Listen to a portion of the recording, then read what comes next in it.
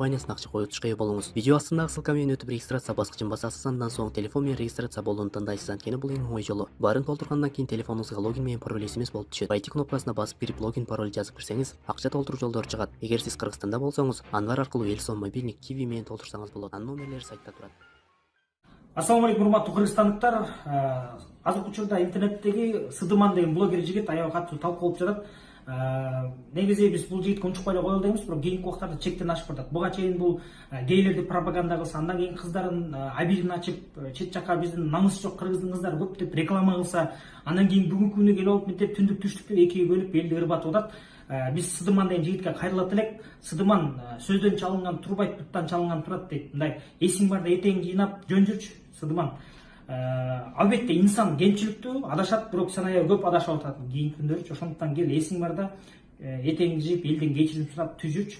Урматтуу кыргызстандыктар, баарыңыз келиңиз ушул нерсеге видеого көрүп, чара көрүп коюңуздар. Силер дегенде ушул видеонун астында элдер экиге бөлүнүп, бири менен урушуп атат. Урматтуу кыргызстандыктар, бөлүнбө кыргыз, бөлүнсөң бөөрү жеп кетет, бөлүнүп кетти кыргыз деп бөтөн элге кеп кетет дейт. Ошондуктан келе достор, бөлүнбөйлү, түндүк түштүк дебейли, ынтымакка чакыралы. Рахмат. Достор, мен ушул Азамат Исмаилов агабыздын сөзүнө 100% кошулам. Эң туура сөздөрдү айтып өтүп кетти. Бир-эки ооз сөз айтып өтөйүн. Ушул Сыдыман деген жигит ушундай видеону чыгаргандан кийин уйку жок түн жарымда саат 3-тө сиздерге кайрылып отурам. Чындыгында ал ким? Кыргызстан үчүн эмне кылып койду? Анын артынан ээрчигирей эле жаштар экиге бөлүнүп алып түндүк түштүк деп урушуп атканыбыз туура эмес нерсе. Аягы бир карын майды бир кумалак булгайт дегендей, бир кумалак чиритет дегендей ушинтип ошого чирибейли биз, ага көңүл бурбайлы.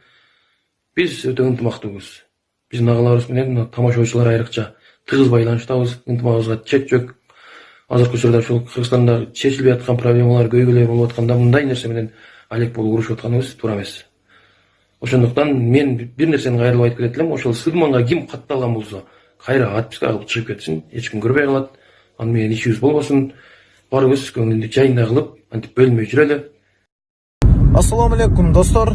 Алеге колуңан келген ишти эмес, жарашкан ишти кыл деген бир сөз бар да.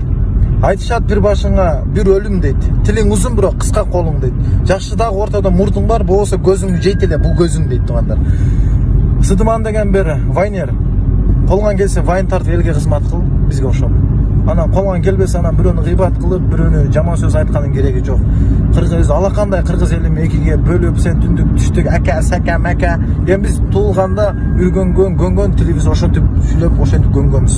Ошон үчүн эгер силер менин сөзүмө кошулсаңар, туугандар, кегиле Сыдыманга мен катары жалпыргытып койлу. Почтасы жабылып кетет, жүрө берет анан сүрөт тартып.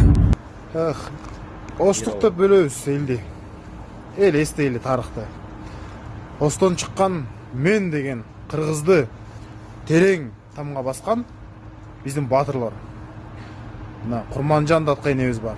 Алымбек датка бар. Шабдан Баатыр бар. Анан биз кантип бөлүнөбүз? Мел ар бир 7 областтын батырларын санап чыгалы. Бирок ошолордун баары мен Оштук Баатыр эмесмин, мен Көлдүк Баатыр эмесмин деп баары кыргыздын деп келген. Так что туугандар, майда кишиге көңүл бурбайлы. Ал сүйлөй берет. Аны кишине ырттап коюш керек. 7 область бир билек, бир тилек. Ошон үчүн Оштук бир туугандар, мына бuyakта байкелеринде отурат жаныбызда. Баарыбыз бирбиз. Алга Кыргызстан. Ассаламу алейкум, урматтуу кыргыз элим. Жаңы эле ошол Instagram баракчасынан Сыдыман деген ат менен катталган бир жигиттин түштүктүк туугандарга кайрылып, өтө пас, өтө төмөн сөздөр менен сөгүнгөн видеосун көрүп аябай зеним кейди. Таластан чыккан Байдулла Сарногоев түштүкмүн деп элирбей, түндүкмүн деп көөрүбөй, ортосунан оң солдун мен чыккам деп сөгүнбөй, уруум да кыргыз деп, улутум да кыргыз деп жүрөлүчү бөлүнбөй деген экен. Мына ошого окшогон акмактар элди экиге бөлүп атат. Андыктан жалпы түштүк элинен мен кечирим сурап кетем. Анан бул жигит жалпы кыргыз элинен кечирим сурашын мен талап кылат элем. Они так пишут маты, блядь, что аж тебе обидно становится. Вот ужский, блядь, ёба, хуник, муник, хуник, блядь, еще какие-то странные слова, ебаный в рот, как узбеки, еб твою мать. Бакбайке айткандай ак тарапка азыр мындай кичинекей кадамдарды бүккен атам да. Анан кийин колдон келишинче ак менен Кыргызстанды жакшы тарап менен чыгарганга аракет кылайын деп атам. Всем ассаламу алейкум, друзья. Как вы знаете, я не самый лучший пример для Кыргызстана. Вы сами знаете, чем я занимался до этого. Эфиры, унижал девушек. Моун бардыгын, түйүнөн кесиш керек прям. Я тебе реально говорю, ты мне не нравишься. Смешно, да, блин. Я уже поменялся, я не такой парень, как был раньше. И я снимаю очень хорошие вещи. Вы можете посмотреть на следующем видосике. Эти видосики уже попали на СНГшный уровень.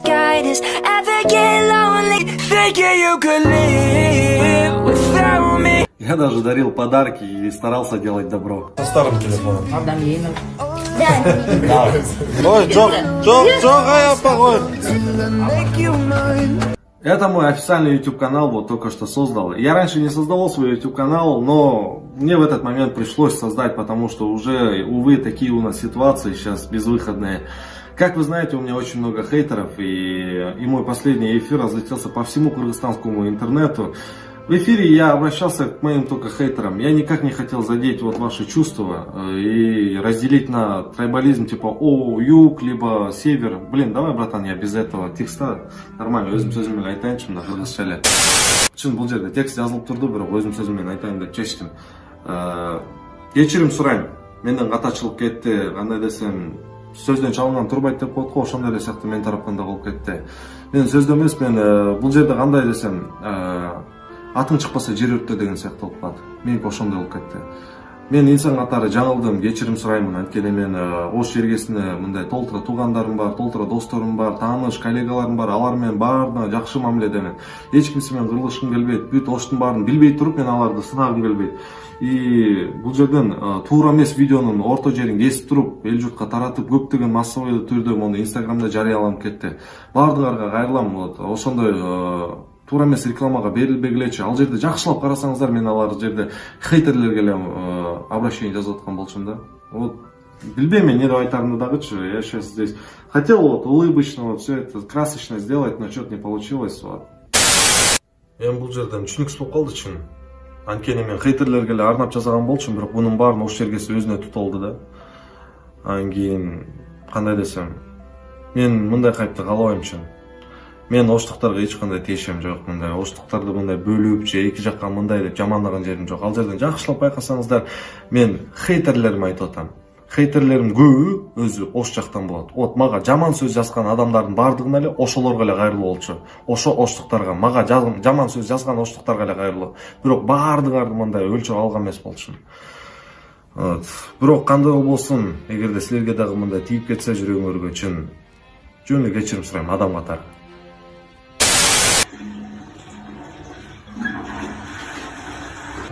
Знаете, о чем я подумал? Трайбалист — это тот человек, который провоцирует и распространяет это видео. Ну как-то так.